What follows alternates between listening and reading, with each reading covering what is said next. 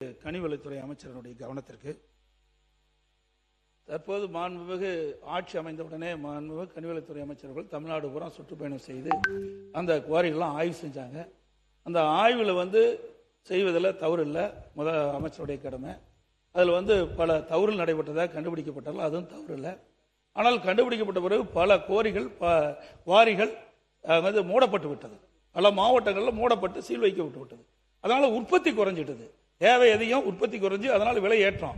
இப்பொழுது புதிய திட்டங்கள் நிறைய அறிவிச்சிருக்கிறீங்க. நிறைய இதில் நெடுஞ்சாலைத்துறையிலும் சரி, அல்லது பொதுப்பணித்துறையிலும் சரி, பாலங்கள் கட்டுதல், வீடுகள் கட்டுதல், இப்படிப்பட்ட பல துறைகளுக்கு ஜல்லி எம்சாண்ட் தேவை. ஆகவே இந்த அரசு இந்த உற்பத்தியை, ஜல்லி எம்சாண்ட் உற்பத்தியை அதிகரித்து விலையை குறைப்பதற்கு ஏதாவது திட்டங்கள் வைத்திருக்காங்க என்று தங்கள் வாயிலாக அறிய விரும்புகிறேன். பேரவைத் தலைவர், ஒரே நிமிஷம். பேரவைத் தலைவர்களே, அதோடு மாண்புமிகு மூத்த உறுப்பினர்கள் பேசுகின்ற பொழுது பசுமை வீடுகளை பற்றி குறிப்பிட்டார்கள். 2019 இறுதியில் 2020 வரை ஊரடங்கு நிலை இருந்தது, கொரோனா காலமாக இருந்தது. அப்பொழுது அந்த திட்டம் முழுமையாக நிறைவேற்றப்படவில்லை, அதனால தடைபட்டது என்பதையும் தங்களுடைய கவனத்துக்கு கொண்டு மாண்புமிகு அமைச்சர்கள்.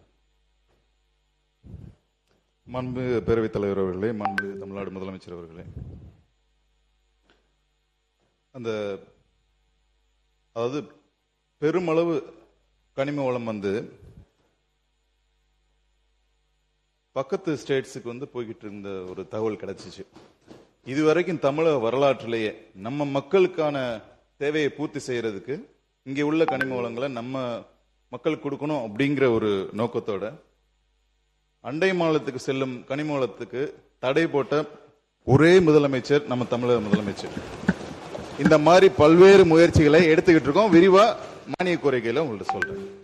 பேரவைத் தலைவர்